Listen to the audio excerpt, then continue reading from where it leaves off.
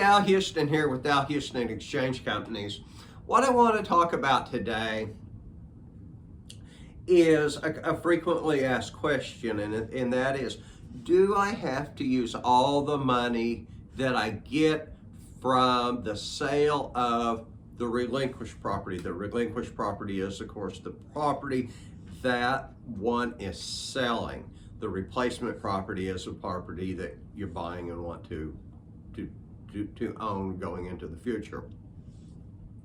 And I'll just use a simple example. Let's say I sell something for $1 million. Do I have to use $1 million, that full $1 million, to buy something back? And the answer to that is no. So if I buy something back for $800,000, ultimately it means at some point in time, $200,000 is going to go back to, I'll call it the client. Technically, in 1031 terms, it's called the taxpayer. But for our purposes to communicate with you, I will call it the client. So $200,000 is going to the client. Does that invalidate the sale? And the answer to that is no. But what it does mean is that $200,000 will be subject to capital gain tax calculations.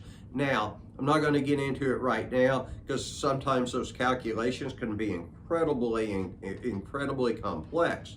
So much of it will depend on how much you paid for the property, which becomes your adjusted basis and that.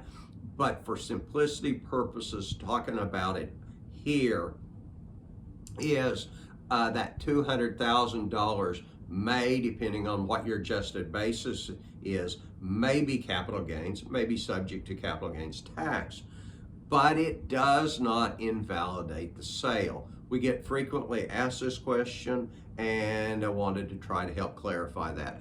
I hope you find these videos helpful.